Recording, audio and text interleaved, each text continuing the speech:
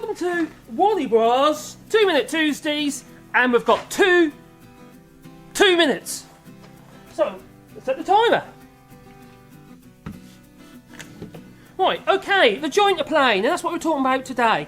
And the jointer plane is used for levelling your boards, for straightening a piece of timber, or truing a reference face before you put it through your thickness planer.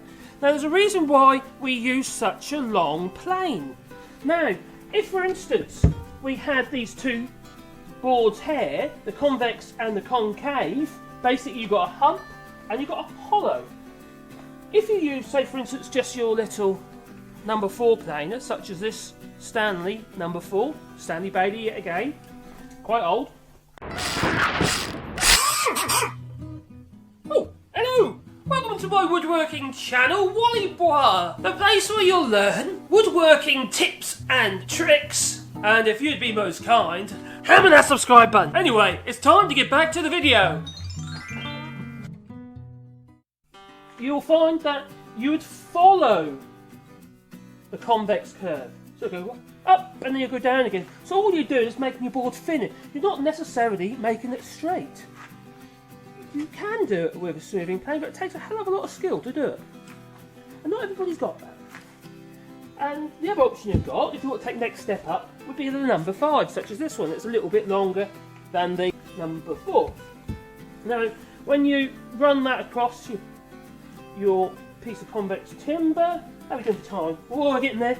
Across your piece of convex timber, you will remove the hump until the heel and the toe of the plane makes contact with your piece of wood, and then you can make your final passes over your piece of timber, and then it should be true. But that's okay with a bit of timber that isn't too long at number 5. But say for instance you've got a piece of wood that's a lot longer, well then that's where the Stanley Bailey Jointer number 7 comes in. Now the beauty about that is, as you make your passes across your piece of wood, in this case, once it makes contact with the toe and the heel of the plane, that piece of wood should be perfectly flat and true.